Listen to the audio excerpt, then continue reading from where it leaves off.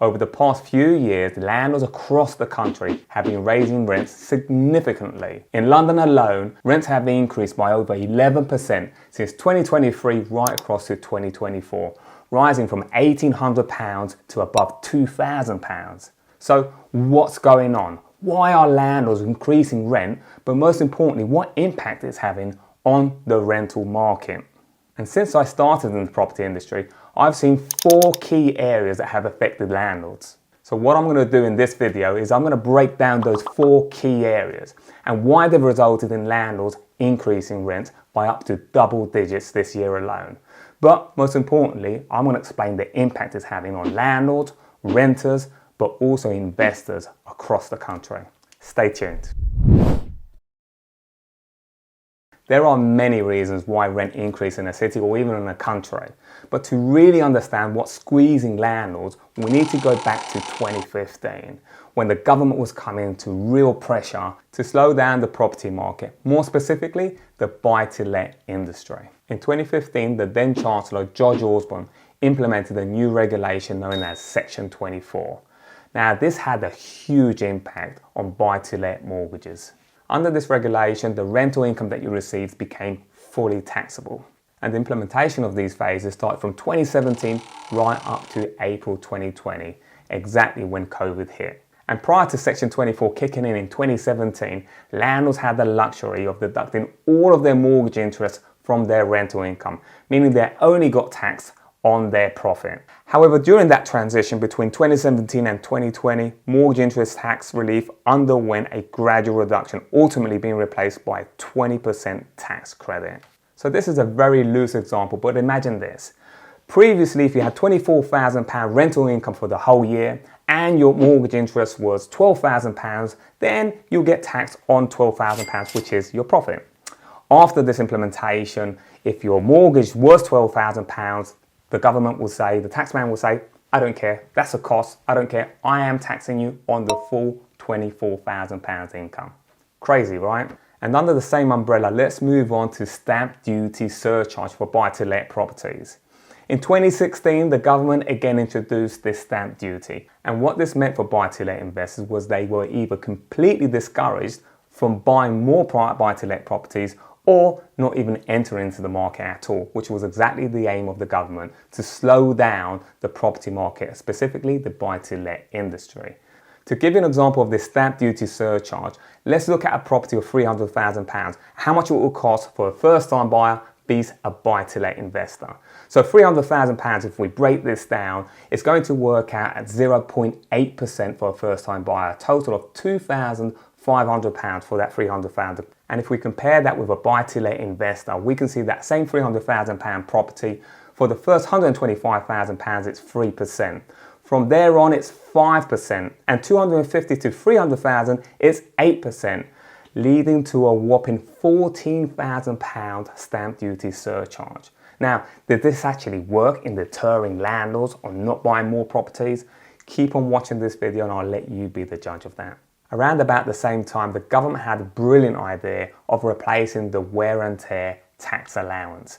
So previously, it allowed landlords to deduct 10% of their rental income as an allowance for the wear and tear of their furnishing. Now, this was regardless of whether they were replacing anything during that tax year or not. However, this was a simplified way to account for depreciation of furniture, appliances, or just other things that were provided in that rental property, and worked well. And yet in 2016, the wear and tear allowance was replaced by the replacement of domestic relief.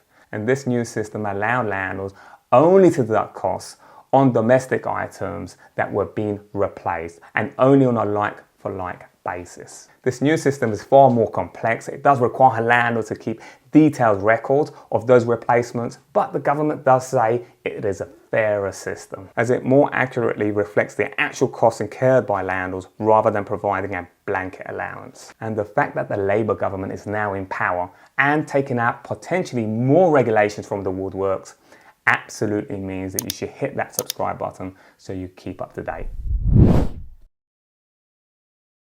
Moving on to regulations, let's look at the Tenant Fee Act of 2019.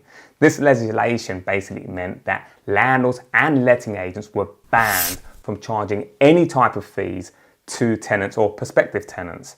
This includes, but not exclusively, administration fees, referencing fees, check-in, check-out, anything of that sort. Overall, while the Act made renting more affordable for tenants, it did increase operational costs for landlords. Was this passed on to tenants? From a rent perspective, increasing rents, well, we can clearly see that rents increased during this period. And looking at the EPC, the Energy Performance Certificate, of course, this is a system that's used to record how efficient your energy is in your rental property. Now, the government had moved this to put a minimum of a standard of E. Now, of course, a lot of landlords out there that weren't up to standard had to put their hand in their pocket and incur as a cost. And these costs can vary, anything from replacing windows, doors, your boiler, and even possibly your roof. So, of course, this had an effective cost on landlords. But the government didn't stop there. Afterwards, there was lots of talks that the standard of E is going to be brought down to even C. And a lot of landlords, not waiting for that to happen, started to make those changes and started to make those refurbishments. Some of them even actually started to sell up because they thought they had enough, only to find out later on the government scrapped that idea. But the question is it scrapped forever? With Labour now in government, it seems that's very likely this is going to come back to the table. And the question is not whether the standard of EPC is going to change. The question is more so, what is going to be that standard? Is it going to be C, B, possibly even A? We don't know. And tied into the EPC, you have your EICR, which is your electrical inspection, which was introduced roughly around about 2020. Now, with these inspections, an inspector comes in, looks at the property and makes recommendations, or even things that are compulsory. This can be rewiring the whole property, as an example, changing your electric box, and this can amount to thousands of pounds. Again, adding more financial pressure to landlords. If you're finding this video helpful, hit that like button. It really keeps me motivated and pushing more of this content out there for people just like you. And looking at the financial changes over the course of the last few years, especially after the financial crisis of 2008, what we can see is that lenders have become more strict, or at least government has forced lenders to be more tight on whatever restrictions they have to lend money. More specifically, the amount of deposit that buy-to-let investors have to put down, but also the stress test that they now have to meet to be able to get an approval. Which of course means more money up front for the landlords, which impacts the cash flow that they have. And of course, landlords have been enjoying several years of cheap money. Interest rates which have been very, very cheap. But over the course of the recent years, we now know that those mortgage rates have increased substantially. Double, sometimes even triple. Some of those landlords are now having to repackage those mortgages, and those numbers that once worked for them no longer works, or at least they are making a loss. So let's break this down in real numbers. Let's assume a buy-to-let mortgage of £500,000 back in 2020. And let's assume this on a standard of 2.5%. Now that would have cost you on a monthly basis around about £1,000.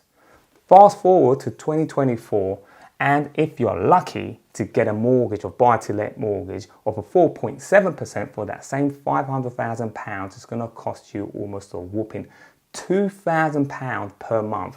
That's almost double. And tie that increased mortgage cost with not being able to offset your mortgage interest with Section 24 is a recipe for disaster. And there is an economical factor here, by the way, the cost of living. Now, of course, renters can feel the pinch, whether it's gas, electric, their rent, just the overall cost of living. In the same way, landlords feel the same situation, especially when it comes to contractors, repairs, agent fees. And there is one thing that I'm going to tie in here when it comes to agents. Tying this back to regulations, the more regulations that happen, what happens? Landlords become more nervous, a little bit more uncomfortable about managing their properties in their own hands. What do? They naturally want a professional to be dealing with these properties on a day-to-day basis so they don't fall foul on the other side of the law. Because what we've seen is a lot of scaremongering from the government saying that we've pushed more fines and more fines. Landlords don't even know what to do with this. Last time I looked, there was over 172 legislations or regulations that landlords had to abide by. So if this is your full-time job, and for a lot of landlords, at least those accidental landlords, it's not. They have their own job and don't want to deal with all of this complexity. They will pass it on to agents, and that is another fee that perhaps landlords or cost that landlords weren't having previously. And I'm curious, if you're a landlord watching this video, leave me a comment below. Have you adjusted your rent to manage your costs, or are you fed up selling up and getting out of the game? I'm back in the office, and as you can see, landlords are being squeezed from a financial tax regulation, but also an economical point of view. And they've had to make changes and adjust. Now, one of those changes is moving from a long-term rental sector into the short-term holiday home. What does that do for landlords? Well, number one, it's going to give them a higher rental income, but it's also going to give them more flexibility and more power over their property investment, because a short-term holiday home does not have the same regulation as the long-term, and the tenants don't have the same type of rights. Now, another change that, of course, they've been doing is quitting the buy-to-let market overall and looking at other types of investments, but also being forced to increase those rents. If we looked at this report back in 2023, which said that newly let homes had increased by 25% across the UK from the start of COVID, costing tenants an average of around about £3,000 per year. And landlords in London are still getting double-digit rent increases, outdoing all other parts of Great Britain. In fact, in the past year, it's increased by 11% from March 2023 to March of this year, rising from an average of £1,800 to above £2,000 in parts of London. And here's the thing, most landlords are planning to increase rents over the course of the next 12 months after being hammered by interest rates, but also all of those operating costs.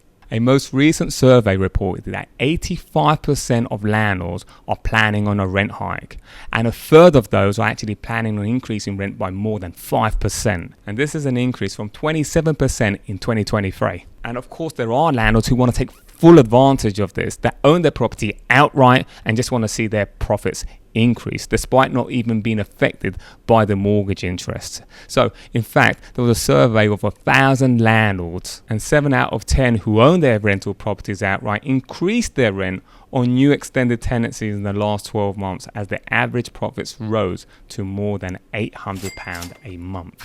So where does this leave tenants and renters? Well, where the Conservative left off with their renters reform bill, Labour, and especially with the King's speech this week, is picking up with the new Renters' Right bill. They've taken this and repackaging it, and it's on the agenda again, including Section 21. So, giving more powers to tenants, including the end of rental bidding wars, but also being able to challenge those rental hikes from landlords. Now, this is ever evolving, so if you want to keep up to date, make sure you subscribe to my channel.